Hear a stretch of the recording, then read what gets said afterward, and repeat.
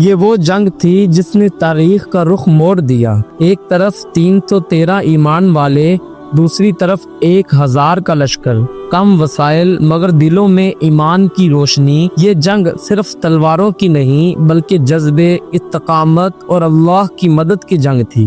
آئیے اس تاریخی موقعے کی مکمل کہانی سنیں جو رہتی دنیا تک ایمان والوں کے لیے مشعل راہ رہے گی۔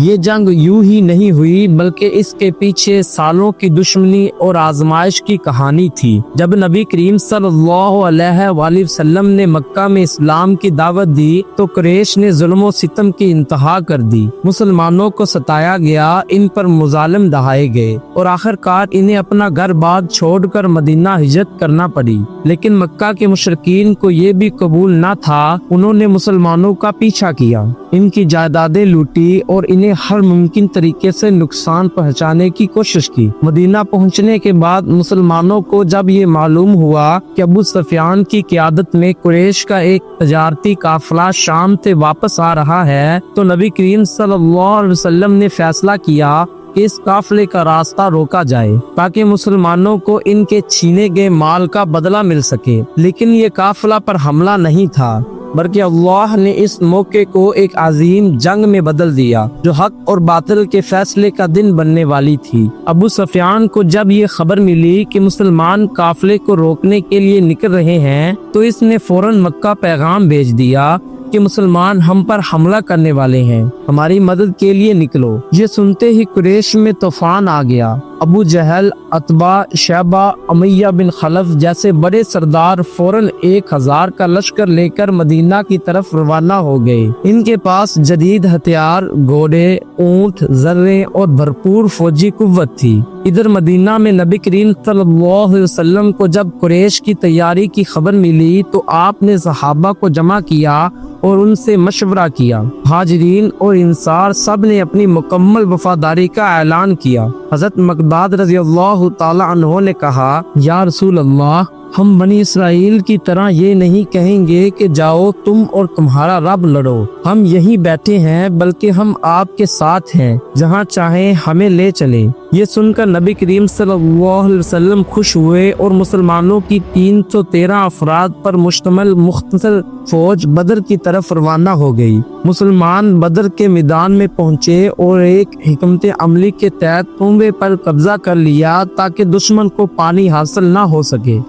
ادھر قریش کا لشکر بھی پہنچ چکا تھا، وہ تعداد میں زیادہ تھے مگر اللہ کی مدد ایمان والوں کے ساتھ۔ رات کو نبی کریم صلی اللہ علیہ وآلہ وسلم نے اللہ کے حضور دعا کی، اے اللہ، اگر آج یہ مٹھی بھر جماعت ہلاک ہو گئی تو پھر زمین پر تیرا نام لینے والا کوئی نہیں رہے گا۔ یہ وہ لمحہ تھا جب اللہ کی مدد کا وعدہ ہونے والا تھا۔ جنگ شروع ہونے سے پہلے قریش کے 3 بڑے سردار عتبہ، شیبہ اور ولید بن عتبہ میدان میں نکلے اور انفرادی مقابلے کا چیلنج دیا۔ مسلمانوں کی طرف سے حضرت حمزہ رضی اللہ تعالی عنہ، حضرت علی رضی اللہ تعالی عنہ اور حضرت عبیدہ رضی اللہ تعالی عنہ نے ان کا مقابلہ کیا۔ حضرت حمزہ رضی اللہ تعالی عنہ نے شیبہ کو فوراً ختم کر دیا۔ حضرت علی رضی اللہ تعالی عنہ نے ولید بن عتبہ کو قتل کر دیا۔ حضرت عبیدہ رضی اللہ تعالی عنہ اور عتبہ کے درمیان سخت جنگ ہوئی اور آخر کار حضرت علی رضی اللہ تعالی عنہ اور حضرت حمزہ رضی اللہ تعالی عنہ نے مل کر عتبہ کو بھی قتل کر دیا۔ یہ ابتدائی فتح مسلمانوں کے لیے حوصلہ افزا تھی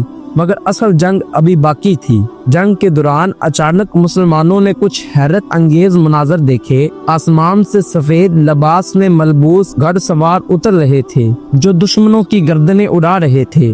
یہ حضرت جبرائیل علیہ السلام کی قیادت میں فرشتے تھے جنہیں اللہ نے مسلمانوں کی مدد کے لیے بھیجا تھا۔ قرآن میں اس کا ذکر آیا ہے کہ اور یقیناً اللہ نے بدر میں تمہاری مدد کی تھی جب تم بالکل بے سر و سامان تھے۔ یہ اللہ کی مدد تھی کہ مسلمانوں نے دشمن کے بڑے بڑے سرداروں کو خاک میں ملا دیا۔ یہ میدان بدر ہے، گرد و غبار اڑ رہی ہے، تلواریں چمک رہی ہیں، نیزے گرج رہے ہیں اور ہر جانب تکبیر کی صدائیں گونج رہی ہیں۔ ایک طرف 313 جانصاران اسلام ہیں، دوسری طرف 1000 کا لشکر۔ یہ لڑائی برتری کی نہیں بلکہ ایمان اور کفر کی ہے، مگر ایک ایسا لمحہ آنے والا ہے جو ہر سننے والے کے دل کو جھنجھوڑ کر رکھ دے گا۔ عبد الرحمن بن عوف رضی اللہ تعالی عنہ جنگ کے صف میں کھڑے تھے کہ انہیں اپنے دائیں بائیں دو کم سن نوجوان نظر آئے۔ حیرانی کی بات یہ تھی کہ وہ عام جنگجوؤں کی طرح دشمن کی فوج پر نظر نہیں رکھ رہے تھے بلکہ بار بار عبد الرحمن کی طرف متوجہ ہو رہے تھے۔ اچانک ایک نے سرگوشی میں پوچھا، چچا کیا آپ مجھے ابو جہل کو دکھا سکتے ہیں؟ عبد الرحمن رضی اللہ تعالی عنہ حیران ہو گئے۔ پھر دوسری نوجوان نے بھی وہی سوال کیا جو پہلے نے کیا تھا۔ وہ دونوں بے چین نظر آ رہے تھے جیسے کسی اہم مشن پر ہوں۔ عبد الرحمن بن عوف رضی اللہ تعالی عنہ نے نرمی سے پوچھا، بیٹا تم ابو جہل کو کیوں ڈھونڈ رہے ہو؟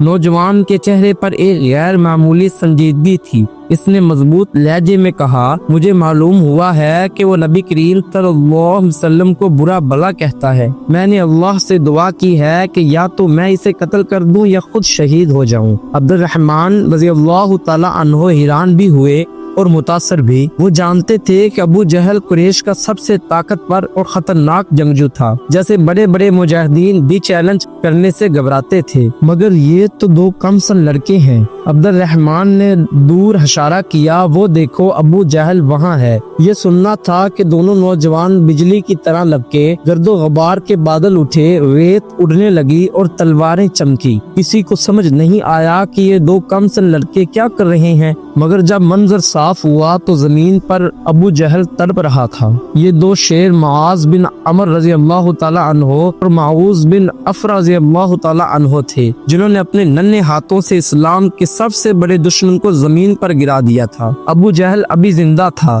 مگر بری طرح زخمی ہو چکا تھا۔ کچھ دیر بعد حضرت عبداللہ بن مسعود رضی اللہ تعالی عنہ اس کے قریب پہنچے۔ وہی ابو جہل جو کل تک مکہ میں فخر سے کہتا تھا کہ میرے جیسا کوئی نہیں، آج زمین پر گرا ہوا آخری سانسیں لے رہا تھا۔ عبداللہ بن مسعود رضی اللہ تعالی عنہ نے پوچھا، ابو جہل اب تمہارا کیا حال ہے؟ ابو جہل جو آخری وقت تک تکبر میں ڈوبا ہوا تھا غرور سے بولا، کیا یہ شکست ہے؟ میں اب بھی سردار ہوں، بس میری قسمت خراب ہے۔ عبداللہ بن مسعود رضی اللہ تعالی عنہ نے آخری ضرب لگائی اور یوں اسلام کا بدترین دشمن جہنم واصل ہو گیا۔ جب یہ خبر رسول اکرم صلی اللہ علیہ وسلم کو پہنچی تو آپ کا چہرہ خوشی سے روشن ہو گیا۔ آپ نے فرمایا، یہی تھا فرعون امت۔